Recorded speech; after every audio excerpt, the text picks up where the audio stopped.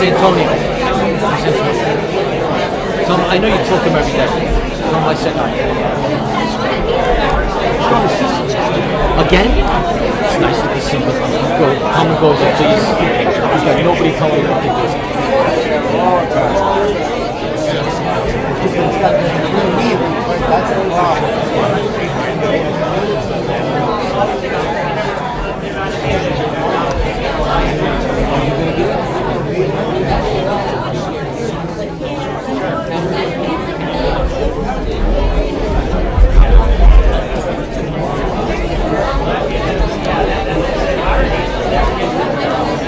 Just a heads up, he's up.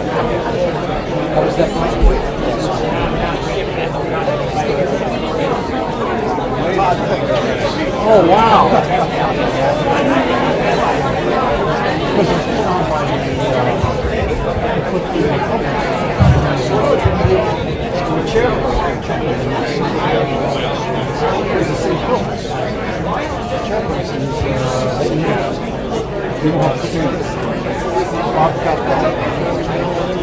Take the seat. You gotta sit. Go on, you can sit, right?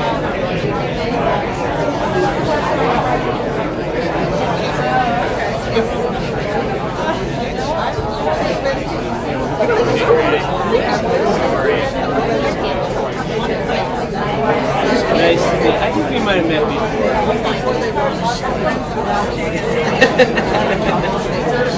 I did, yes. Yes. Yeah, I'm hard to recognize.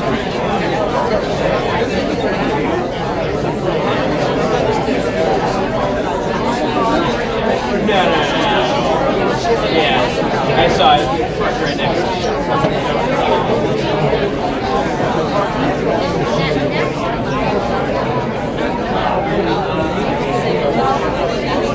Yeah. I just parked behind you. Oh, nice.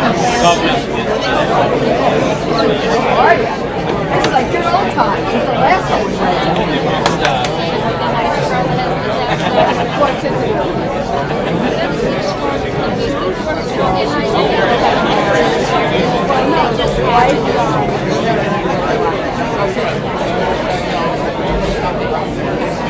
What the hell are they listening to?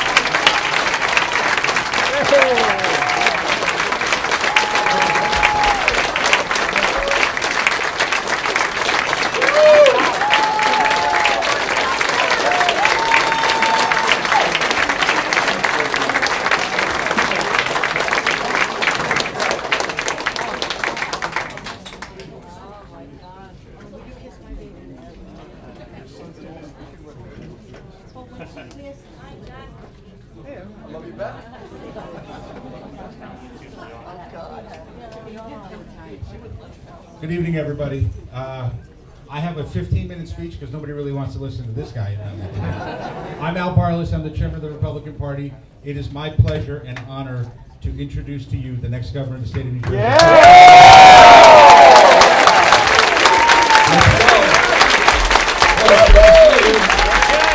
Hello, Nutley. Hello, Essex County.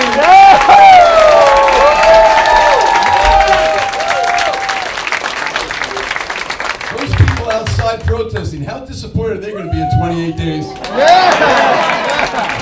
Because I'm here to tell you right here, right now, in 28 days, we're declaring victory. We're winning this race.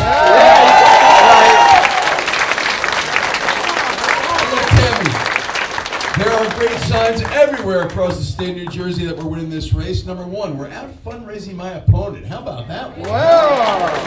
Number two, we've got got Democratic elected officials up and down the state that are endorsing my candidacy. Yesterday it was no less than 5 in North Bergen and Hudson County.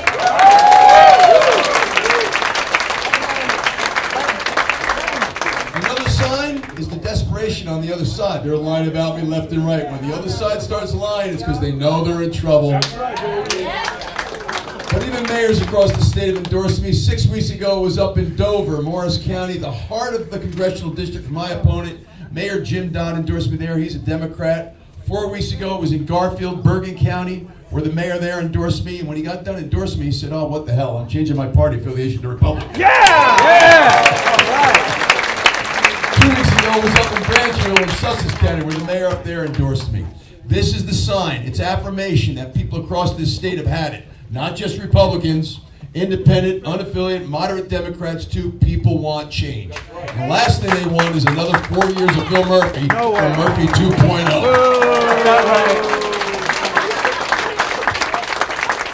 The most fun we had, though, was back in Dover, because we had that rally where the mayor endorsed me at a cafe restaurant. There were about 200 people there. In walked this woman at the cafe, not realizing what the hell she walked into. And when she realized what she had done, she came over to me and she was a little defiant. She said to me, "I want you to know something. Mikey Sherrill is my congresswoman. I really like the job she's doing representing me in Washington, D.C. And I said, "Ma'am, that's why I'm here. You vote for me, I'll make sure she stays your congresswoman." Yeah!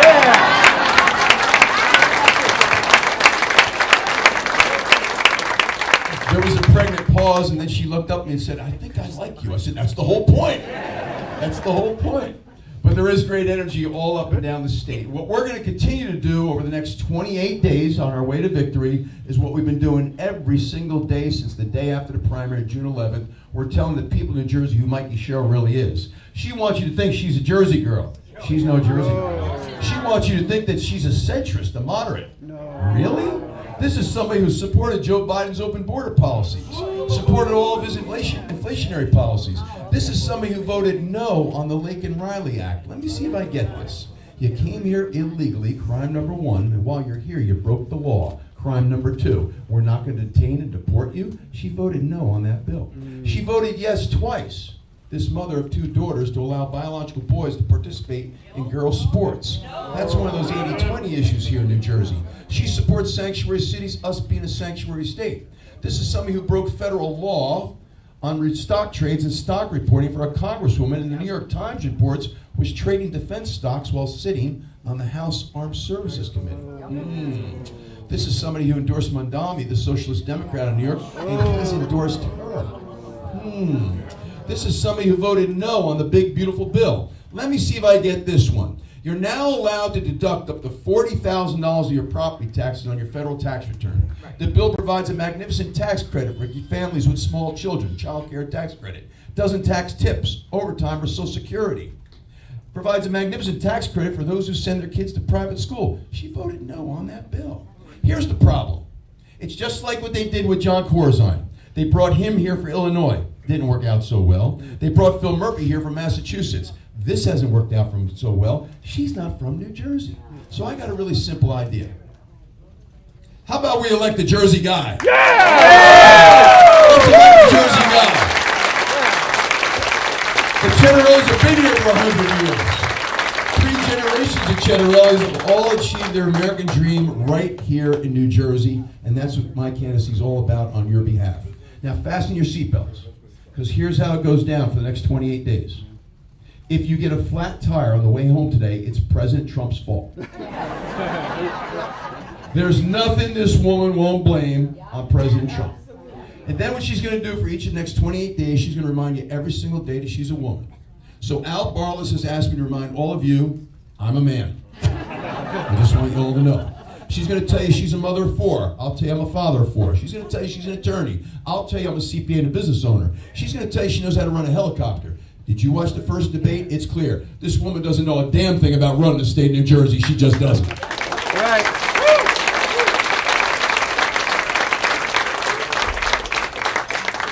And so what we're going to do is talk about what we're going to do for the people of New Jersey when we win. On day 1, executive order number 1, no town in this state will be a sanctuary city, and we will not be a sanctuary city.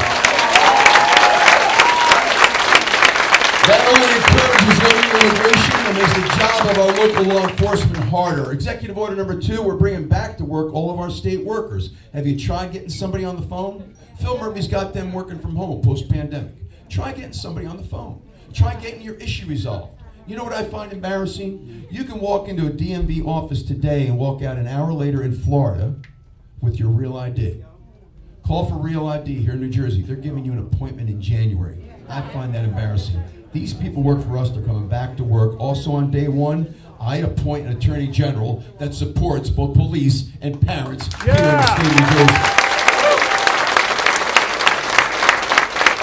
So let's be more specific about that, because one thing my opponent is short on is specifics, okay? What does that mean exactly? We're getting rid of cashless bail. Cashless bail has created a professional criminal who's learned how to game the system. Talk to your local cops. Arrest, release, repeat is real. Let these men and women in blue do their job and keep our community safe. Also, my Attorney General will support parents. On day 1, policy 57 and 56 goes out the window. Under my administration, no longer will school districts be keeping secrets from parents. It's immoral, it's indecent, it's wrong, it's dangerous. No more keeping secrets from parents. On day 1, we get a whole new state board of education. We'll get the right public school curriculum back in our public schools. We're going to focus on critical life skills like reading, writing, and math, vocational training with an age-appropriate curriculum in our schools. We'll get them back on track. Also on day 1. You'll get a whole new energy master plan. I'm never telling you what car you have to buy. We're getting rid of the EV mandate. I'm not telling you how to heat your home. I'm not telling you what appliance you have to buy. There'll be no wind farms off our Jersey shore.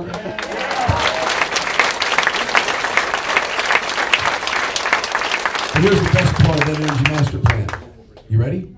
At the supermarket, you can have back your plastic bags.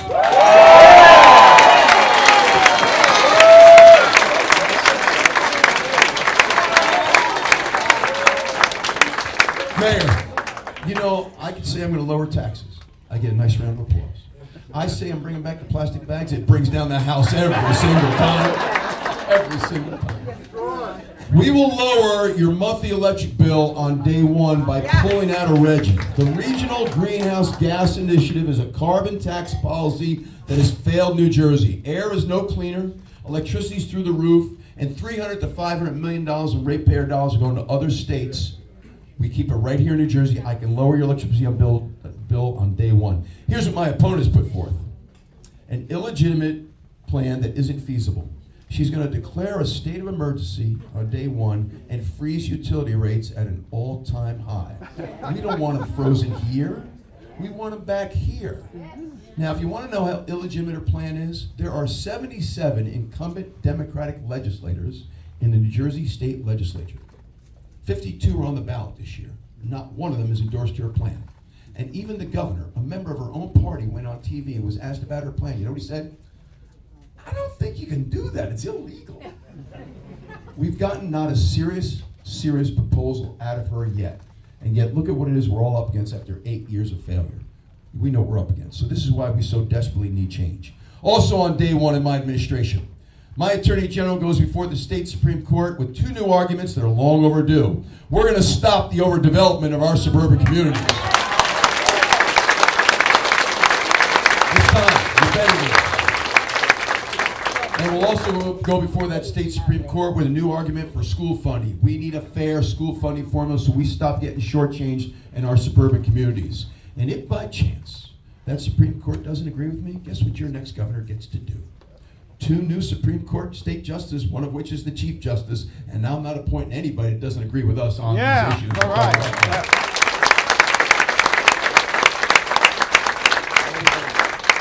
So when people ask me, why are you running for governor? I've already told you the Ciattarellis have been here for 100 years. I've already told you that 3 generations of Ciattarellis have all achieved their American dream. I don't want to be the governor of a state where an overwhelming number of people feel the state's heading in the wrong direction. 2 out of 3 are looking to leave. People don't feel confident today, insecure if not fearful about getting the education of their dreams, job of their dreams, raising a family here, starting a business here, retiring here. These are all the things that people feel insecure about today. I would not be asking for your time, your energy, in some cases that you've written the check, or your money unless I thought my leadership can change the way things are done here in New Jersey. When something I love is broken, I want to fix it. I believe that we can make a difference here in New Jersey and point it in a different direction and make this a state where people want to do all those things once again. We can do this. My grandfather started out, immigrated here, started out in the ditch as a laborer for the water company, worked his way up, became a very successful independent contractor. That business has been sold by the time my dad was an adult. My dad came late in life, but my parents worked very hard. My mother worked midnights on the line for J&J. My dad worked in the street department for public service gas, but there were 10 years in which they owned a restaurant. My mom worked midnight. She ran the restaurant bar by day. Dad worked by day. He ran the restaurant bar by night. And every dime they made went to their 4 kids. The roof over our head, a meal on the table, clothes on our back, and our education. And they taught us each and every day that we were to take care of each other, and we had a responsibility to our community, our state, and our country. Never expect anything in return other than fulfillment of the American promise of opportunity. And then it was up to us to take advantage of that opportunity through hard work. We need to get back to that day. I'm looking around the crowd, like see the age, some of you can identify me. That was a time when you didn't have to worry about your kids walking to the bus stop in the morning. You didn't have to worry about what your kids were learning in school that day, right? And when I grew up, if my parents got a phone call from any of the sisters at St. Anne's, one of my teachers, or the cops, there was this thing at home called the wooden spoon. Yeah! One time my mother broke it on my brother and I was giggling. She went down, got another one, took it out on me. I was working the boardwalk this summer and there was a guy walking along with a t-shirt that said, "I survived the wooden spoon." I went and got that vote. I went and got that vote. To my mother's credit, 4'11", not 100 pounds on a good day. My sister was a saint, my 2 brothers and I. The woman never once said, "Wait till your father gets home." You could hear the drawer open in the kitchen. And out she came running. It was magnificent. And to this day, my parents inspire me. We got to get back to that day. And so we got to make this happen. We're going to finish strong over the next 28 days, and we're going to win this race. We're going to win this race. Now, back in 2021, when I came, how close did I come? How close did I come? No? I'm still in therapy. Just kidding. I said that the other day at town hall, and the woman sitting in the front row looked at me and said, "I'm so sorry." I said, "Just kidding." Men never say I'm sorry. It's always the women that say I'm sorry. We came out close in 21 with the wind in our face. That night, with me at the top of the ballot, we had our most successful night in 34 years. We flipped 134 seats at the municipal county level, won in places we hadn't won in decades, 200 Board of Education seats, and 8 seats in the state legislature. I think I was the only guy that lost that night. We got wind at our back this time around, and I'm telling you here and now, with that wind at our back, we can flip 13 seats in the state legislature. When we do that, guess what? We get to 41. What's 41? For the first time in 25 years, a Republican majority in our state legislature. Let's get this done. Let's get it done. And so I'm excited as we go around the state. People can feel the energy. I only have 2021 to compare this to when I really thought we were going to win, but this time the energy is off the charts and it's all across the state. But we do have to finish strong, right? Yeah. Championship teams finish strong, right? So there's a couple things I want you to know about me. First of all, you already know how fortunate we've been because of our hard work as business owners in this state. But the point I'm trying to make with the utmost humility is I don't need the job. I've already had some of the best titles one could have. Son, brother, husband, father. One day soon, where's my daughter? Grandfather? One day soon. It's coming, I feel it. Anyway, those are the best titles. But I don't need the job, but make no mistake, on your behalf, on our behalf, I want this job. Leadership matters. Let's fix the state that we all love. I want to believe you love it too, you wouldn't be here. Number 2. I'm not owned by any special interests. There are some very powerful special interests out there that own Phil Murphy, that own my opponent, and they're out there lying each and every day because they know we're going to win this thing.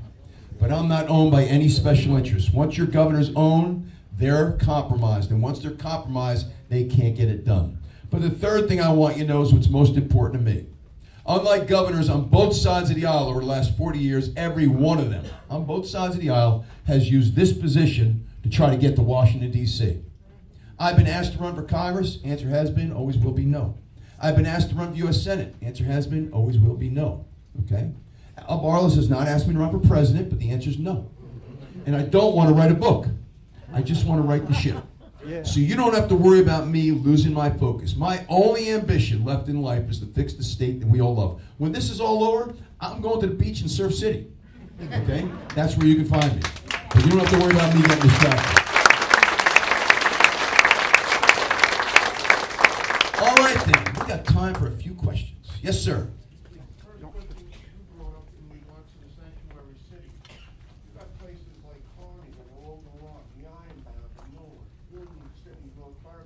Are you going to capitulate with Tom Holman and allow ICE to come in and conduct whatever? So the question is regarding illegal immigration. I support the president. He has secured the border. Illegal crossings are down 98%.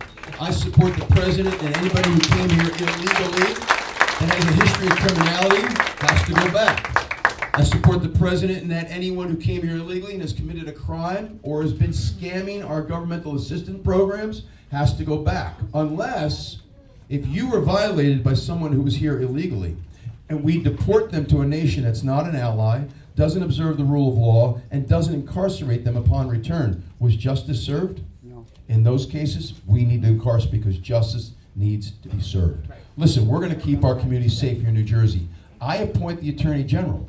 I appoint the 21 county prosecutors. You may not know this, but your local police chief does not report to the mayor. Your local police chief has a dotted line to the mayor. Your local police chief reports to the county prosecutors, and the 21 county prosecutors report to the Attorney General. I appoint the 21 county prosecutors. I appoint the Attorney General. They'll be on the same page with me, and we will have safe communities in New Jersey once again, I promise you.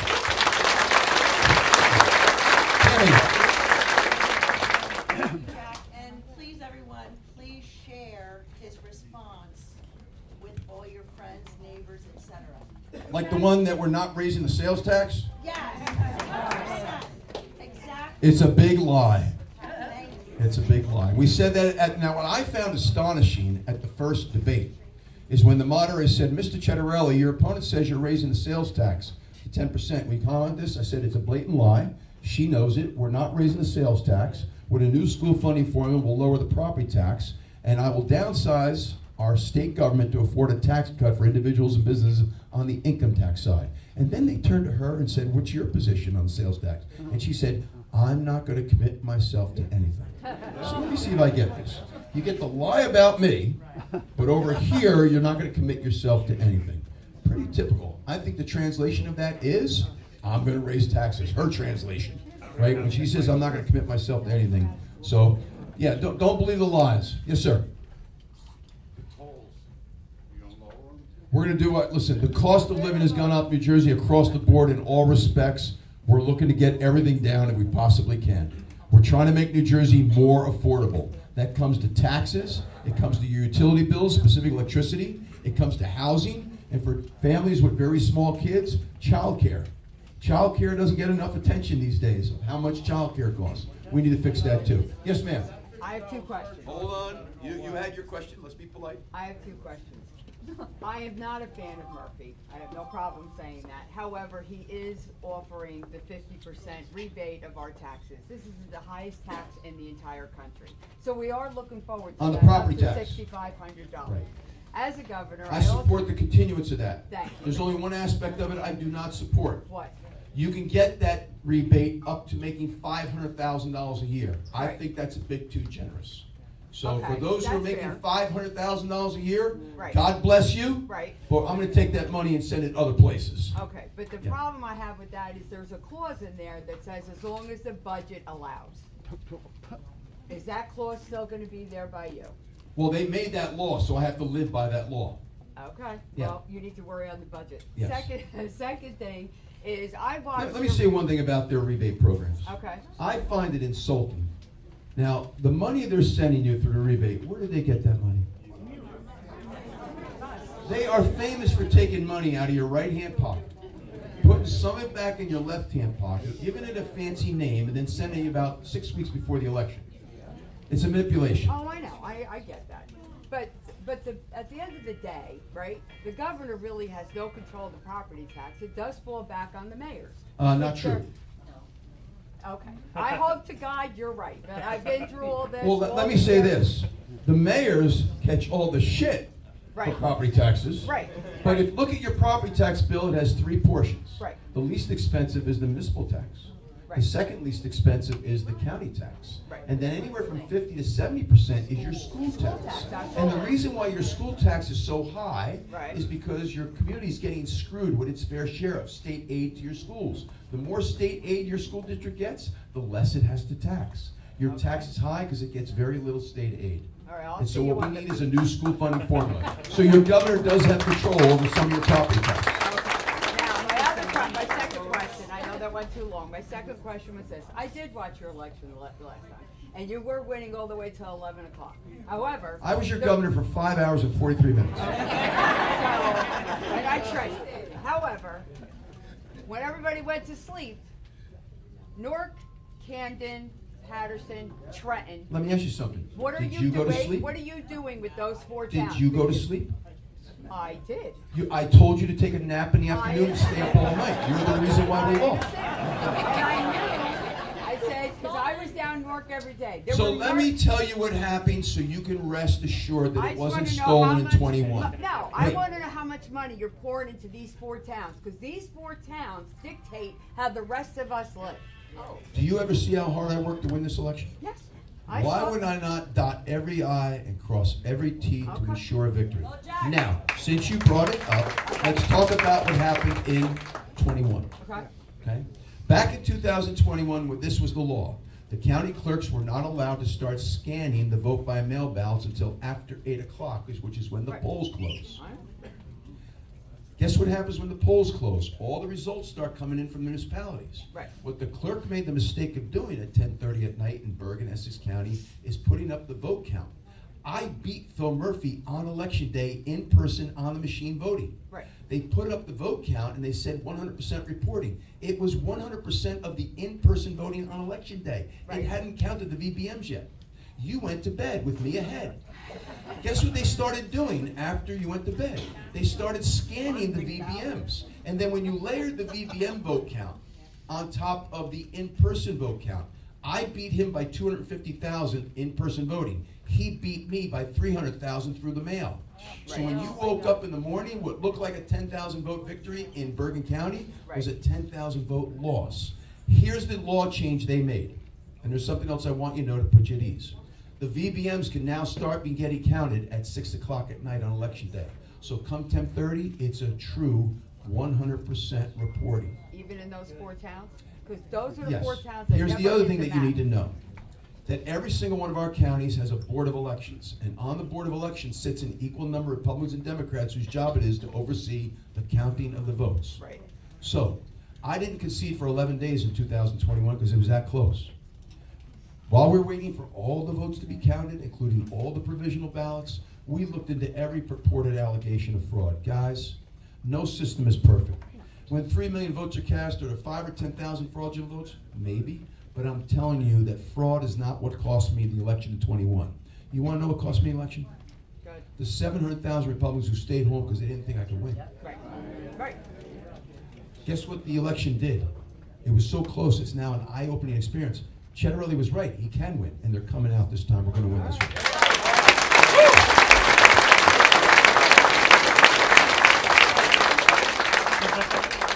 Governor Ciattarelli, Don't jinx me. following up on the tolls question. The Port Authority of New York and New Jersey is a bi-state agency. Governors Cuomo, Hochul, Governor Murphy. Governor Murphy's been extremely quiet, so has his predecessors. There's a lot of waste going on in there. I've seen how aviation's direct expense budget was only half of their total expense budget because of all the indirect charges that the agency is doing. What are your plans for controlling the Port Authority of New York and New Jersey? So first let me say, if I could wave my magic wand, this would take an act of Congress, and I am going to ask our congressional delegation, both U.S. senators and all 12 House members, to begin this dialogue. If I could wave my magic wand, the Port Authority going forward would only consist of the bridges and tunnels that touch both states. New York can have LaGuardia and JFK. I want the Port in Elizabeth, and I want Newark Airport, which are the two jewels in the crown that produce all the revenue. I'm going to try like hell to accomplish that. That's going to be a long shot. It needs an act of Congress, but I'm going to try to accomplish that. The other thing is, nothing gets done at the Port Authority unless I approve the monthly minutes. And I'm not approving a single monthly minutes unless we get our way with the Port Authority. Okay, we're going to stop getting the short end of the stick. Okay? We're going to stop getting the short end of the stick in a number of ways with New York. They go ahead with that congestion pricing plan. That's an egregious money grab on the backs of New Jerseyans. I got 400,000, we have 400,000 New Jerseyans that pay no income tax to us here. If you work in Manhattan, you pay your income tax to New York. That's our tax agreement with New York. You know what our tax agreement with Pennsylvania is? You pay your income tax where you live. We get the short end of the stick on both sides of the two rivers. The point I'm trying to make is you're paying income tax to New York if you're one of 400,000. Did you buy a cup of coffee or bagel or lunch? Did you buy dinner if you worked late? How many of us go see a Broadway play? Do you know what we do for Manhattan in terms of economic? And now they're going to try and fix their subway system on our back. So here's how it goes down. They go ahead with that plan. Any New York plate that comes through the tunnels or over the bridge in the morning to New Jersey, congestion pricing fee, and I'll fix New Jersey Transit.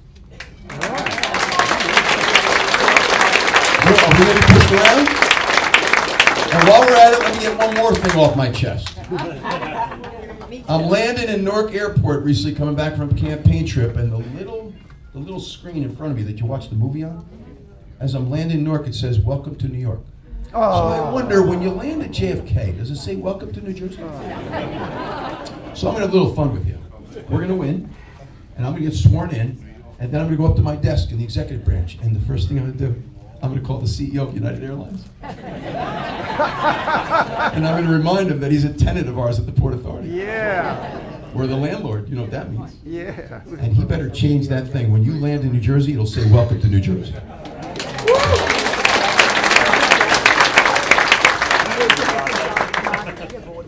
I'm not going to take your pension. I'm not going to take your pension.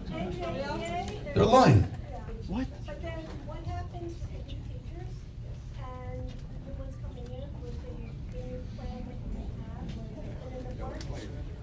And if they're not fitting in, how is it? So this is with regard to teaching. So first of all, it was never supposed to be a transgenerational plan, the way Social Security works, right? So when we retire, who's paying for our Social Security? Today's workers. The pension trust was never supposed to be like that. So, but having said that, we have a labor shortage in law enforcement and in teaching. People are not going in. I have to make sure the compensation program is compelling. Compensation program is comprised of 3 parts: salary, health benefits, and pension. And we're not making any changes. We need more people to go into it. But don't believe the teachers. I think it's shameful that an educational institution like NJEA would lie to its members that I'm taking away their pension, which first of all is illegal, okay? So it's a big lie, don't you believe it. And the new ones are coming in, but I'll make the pension payment. But you know, while the state was making the full pension payment for the last 5 years, guess what they were not doing? Not funding the state health care plan, which is on the verge of collapse now. So you have cops, you have teachers, and state workers who are getting a 2, 3, 4% increase in pay and going home with less take-home pay because of the employee contribution portion of the health care, which is going through the roof. The family plan just went from $52,000 to $69,000. That's a $17,000 increase. If you as an employee are responsible for 1/3 of the cost of health care, you've just lost another $6,000 in your net pay. So even when you get a 2 or 3, 4% increase, you're going home with less take-home pay. You don't pay the bills with gross pay. You pay the bills with net pay. So I got to fix the state health care plan. But don't listen to the teachers. But then the teachers that are retired will still get their health insurance. Absolutely. Yes, that was the deal that was made.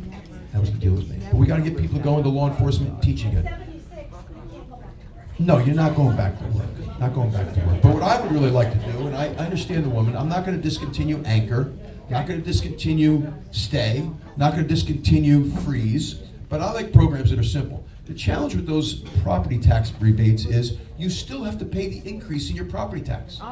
And then you got to go down to town hall, fill out the application, wait 18 months to get your rebate. How about if we just freeze your property taxes once you hit age 70? And they're frozen for life. How about if we make all retirement income tax-free in New Jersey the way it is in Pennsylvania? Right? How about if we don't reassess your home when you do a home improvement? Right? How about if we make the first 2 years out of high school, the first 2 years out of college tax-free so young people get a start here? How about if we cap property taxes at 1% of the assessed value of the home for the first 5 years of home ownership so young people can get a start here, right? These are all the things that we could do to make New Jersey more affordable. Yes, sir, with the beard. Sorry, Mr. Ciattarelli.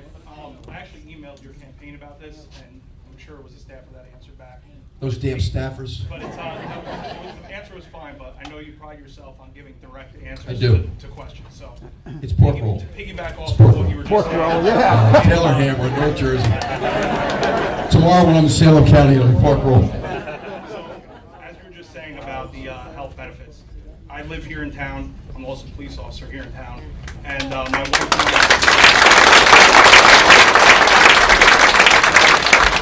I are both in public service. She's a teacher. So, what you're saying is 100% true.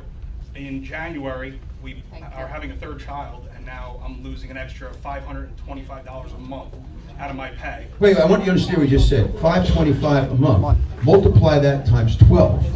Okay, you're looking at close to, it's more than $6,000 of net pay he just lost. Net pay. Right.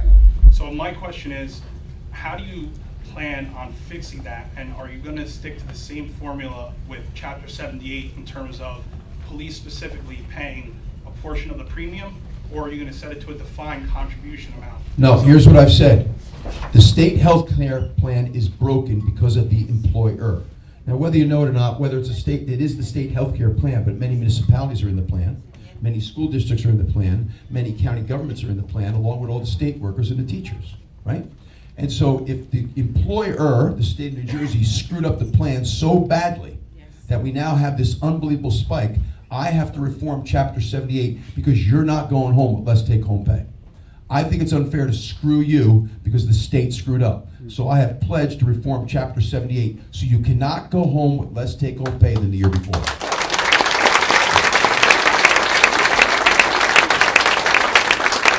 Sir, the best dressed guy in the house. If I had known, I would have worn my tie.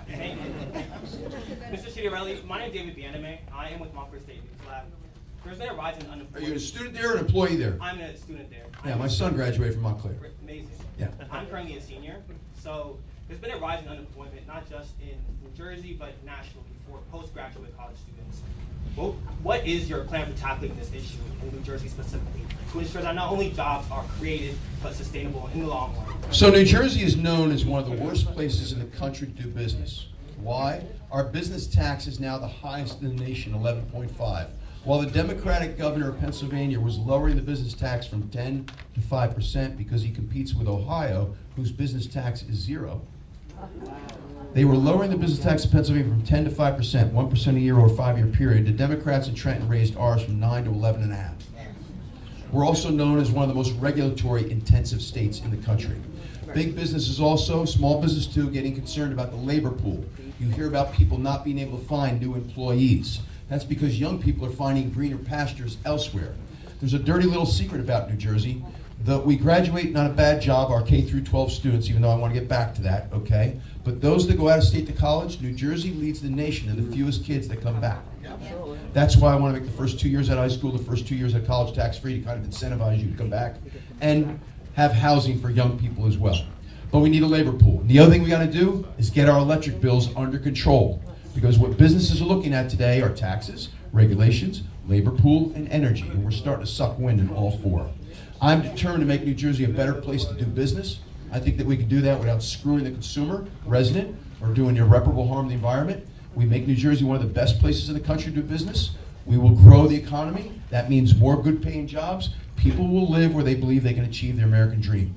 So if you believe you can get the job of your dreams here or start a business here, you're more inclined to be here. And these are some of the things that we need to do so that we don't go through what we're going through right now. That's what it's all about.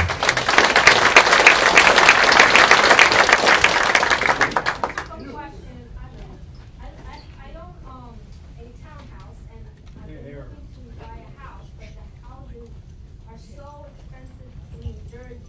Is there anything that you could do to lower the house prices? So we have an affordability crisis in New Jersey because we face the highest overall tax burden in the country, right? And we also have an affordability crisis because of the cost of housing, now electricity, and also because of childcare. When it comes to housing, we do need more affordable housing.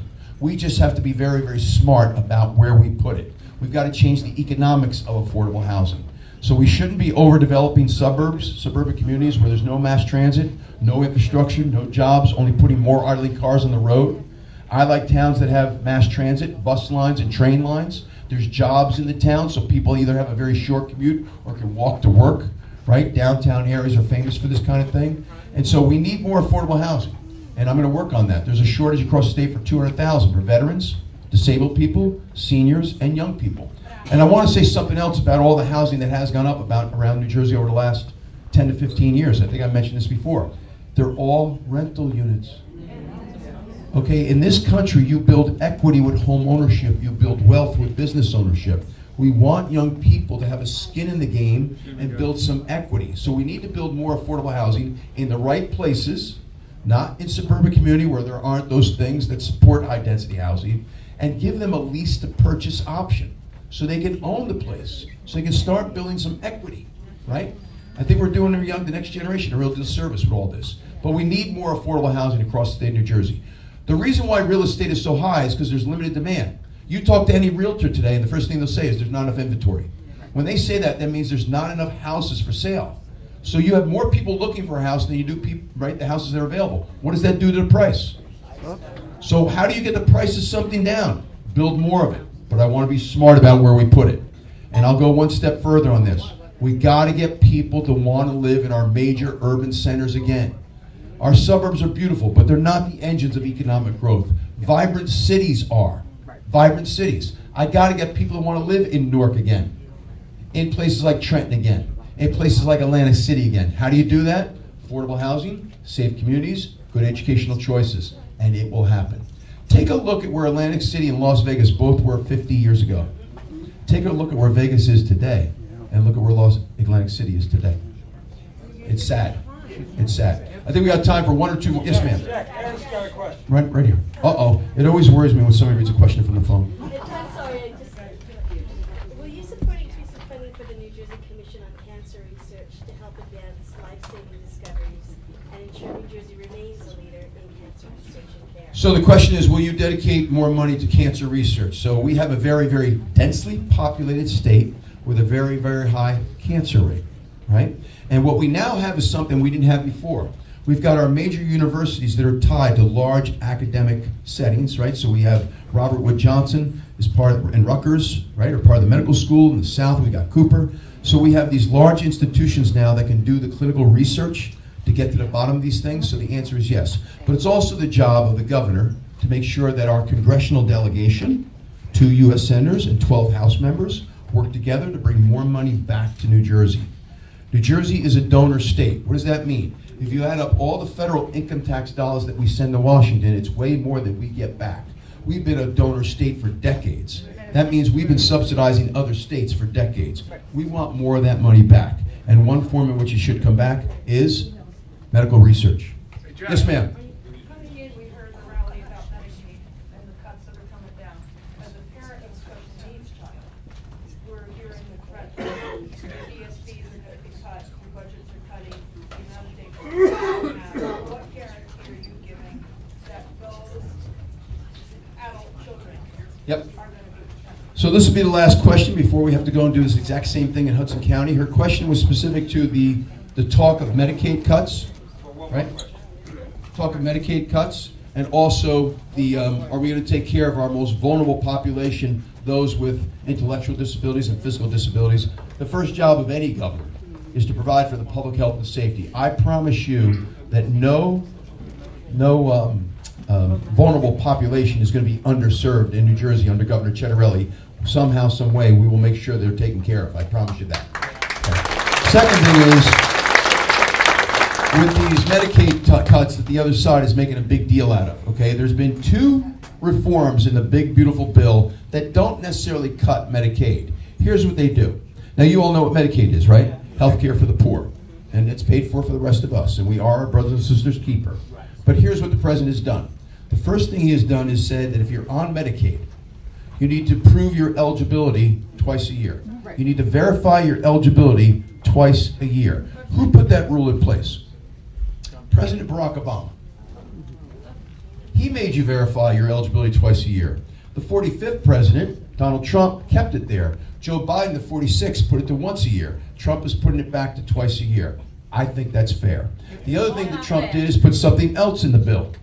If you are able-bodied and your children are 15 years of age or older, to continue on your Medicaid, you got to provide 20 hours a week of volunteerism, education, or work to continue on your Medicaid. I think that's fair. Why is he doing that? It's not to be mean. It's because billions are being wasted on people who are scamming the system. So what measures do you put in to stop the scamming of the system? It's fair. It's fair. We want what's fair. And the rhetoric I'm hearing from the left, including my opponent on this, reminds me of when Bill Clinton